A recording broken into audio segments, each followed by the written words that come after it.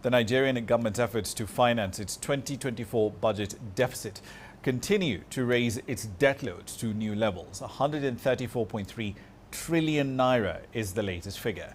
Experts are now warning of an inverse relationship between that debt burden and economic growth. By the second quarter of this year, Nigeria's forecast fiscal deficit was around $5.6 billion, but the cost of servicing that debt has gone up by 66%. It now stands at around $2.3 billion. Now, Professor Ken Ife is the Chief Economic Strategist at the ECOWAS Commission, is joining us now on the line from Abuja. Professor Ken, thank you very much for your time this evening. So let's start with where Nigerian policy rates are at the moment. They're at sky-high levels. They were raised by 50 basis points in the September MPC meeting, 27.25%. But even then, at those levels, they're still in negative territory. To what extent, though, might these rates at these high levels retard GDP growth in 2025? Theoretically, it will seem that it will, but it doesn't happen to be happening at the moment. What we have seen is still an increase in the GDP, which you of course, you saw that to rise from 2.51% to 3.19%. The thing is this, the increase in the MPR rate is necessary because of our negative real interest rate, which you know is one of the 10 ECOWAS macroeconomic convergence criteria.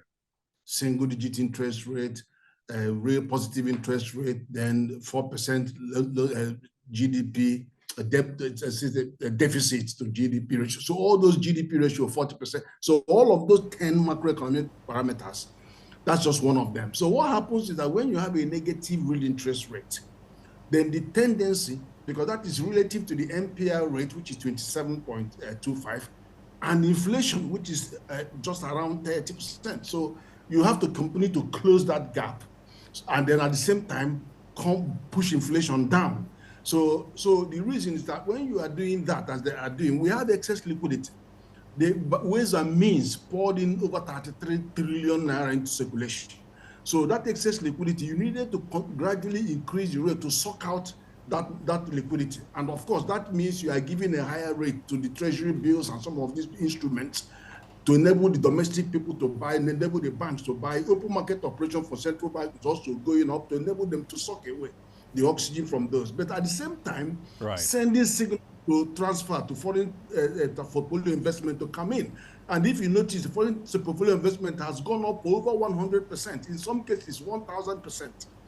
But it is important to bring that liquidity, forex liquidity, to enable us to stabilize the dollar exchange rate. So we have achieved stabilization over the last 3 months. It's been stable at about 1,600 to $1, but it's still steady there.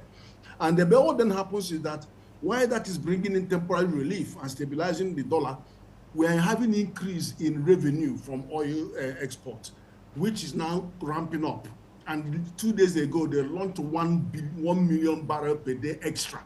So that increased revenue will now go to increase the accretion to foreign reserves. Right. Sorry, Professor Ife, if I may just interrupt there briefly, because when you're speaking about the stability that we're seeing in the Naira, I mean, if you look at the second half of 2024, especially June to date, the Naira is sort of weakened by around 10% against the American dollar. Is your position, though, that even at those levels, the Naira is essentially sort of reached a point of equilibrium at the moment, or do we need further rate hikes and other measures to stabilize it even more?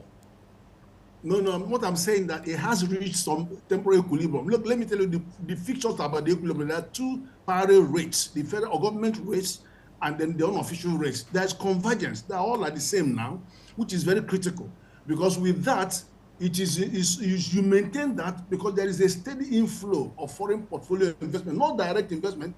Foreign direct investment crumbled. The foreign portfolio investment is showing over 1,000% increase. But that is to bring in temporary relief to stabilize the currency. But at the same time, there is a higher increase in the crude receipts. So that is going to accrete into the reserves to help us defend the Naira. So what then happens is that Naira will now start coming down gradually as more inflow of dollars are coming from higher yield on the petroleum and production output. So, and eventually, don't forget that because we have now removed the arbitrage in the dollar, and because of the heavy dollarization in the economy, we remove that arbitrage. And it is that arbitrage that is fueling speculation in the exchange rate. So that has gone, and the exchange rates have converged. Right.